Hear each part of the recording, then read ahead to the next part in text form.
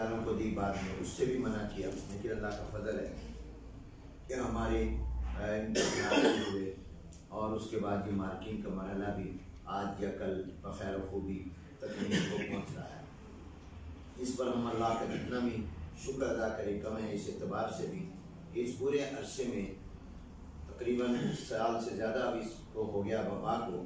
اس میں ہمارے 2 امتحانات کا انعقاد ہوا، 2-3 مرتبہ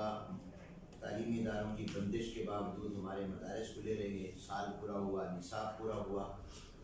کوئی قابل ذکر کیس پورے ملک میں پیش نہیں آیا کہ اس کی وجہ سے کہیں خدا نخواستہ کسی کو کرونا ہو گیا یا کوئی کسی وجہ سے مریض ہو گیا۔ الحمدللہ ایسا نہیں، اللہ تعالیٰ کا یہ بہت ہی ہم پر فضل کرم اور احسان رہا، اس لیے اس پر ہم اللہ تعالیٰ کا شکر ادا کرتے ہیں۔ جبکہ دارالعلوم دیوبند بھی بند رہا، مدارالعلوم سہارنپور بھی بند رہا، ہندوستان کے تمام مدارس جامعات اس میں یہ پورا سال تعلیم نہیں ہو سکی،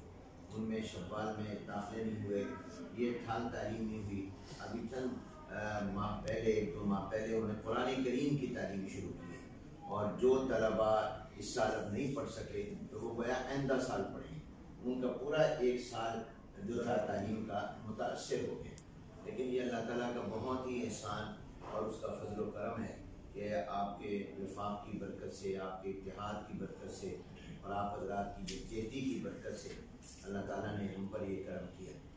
اور ہم سرخرو ہوئے،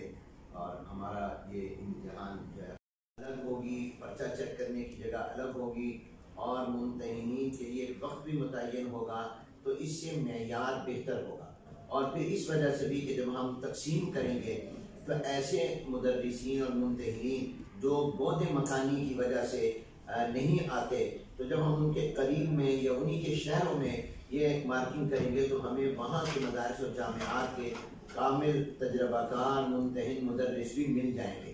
اور وہ ملنا شروع ہو جائیں گے۔ ظاہر ہے اب کراچی سے ملتان یا پشاور سے ملتان یا قرب و جوار کے علاقوں سے کسی کے لیے دور جانا ہر ایک کے لیے آسان نہیں ہوتا، لیکن پشاور میں وقت دینا یہ آسان ہو سکتا ہے۔ تو اس لیے ہم نے پہلا قدم اٹھایا، اگرچہ ابھی ہمیں اس معنی میں پوری کامیابی نہیں ہوئی، لیکن یہ آغاز ہو گیا ہے، اور ہم انشاءاللہ امید ہے کہ آئندہ سالوں میں اس کے اندر بھی کامیاب ہو جائیں گے۔ تو ایک بنیادی مقصد مارکنگ کے معیار کو بہتر کرنا تھا، اور دوسرا یہ بھی کہ ممتحنین کے لیے سہولت کا نظم بھی قائم کرنا تھا، یہ بنیادی یہ منشا بھی تھا۔ الحمدللہ اس کے اچھے نتائج اور ثمرات مجموعی طور پر نکلیں گے۔ باقی ہر چیز میں کوئی نہ کوئی کم و بیشی تو ہوتی ہے، ظاہر ہے کچھ قربانیاں بھی دینی پڑتی ہیں، جیسے ہم نے قربانی دی کہ آپ کے انوار و برکات سے محروم ہوئے، اور ایک اجتماعیت جو ہوتی تھی وہ نہیں ہو سکی، لیکن بہرحال بحیثیت مجموعی یہ تجربہ اب تک بظاہر اچھا رہا ہے، مزید اس پر ہم غور کریں۔ اب ہماری آپ سے درخواست یہ ہے کہ آپ حضرات اپنے اپنے متعلقہ ممتحنین کے بارے میں ہمیں بڑی واضح اور صاف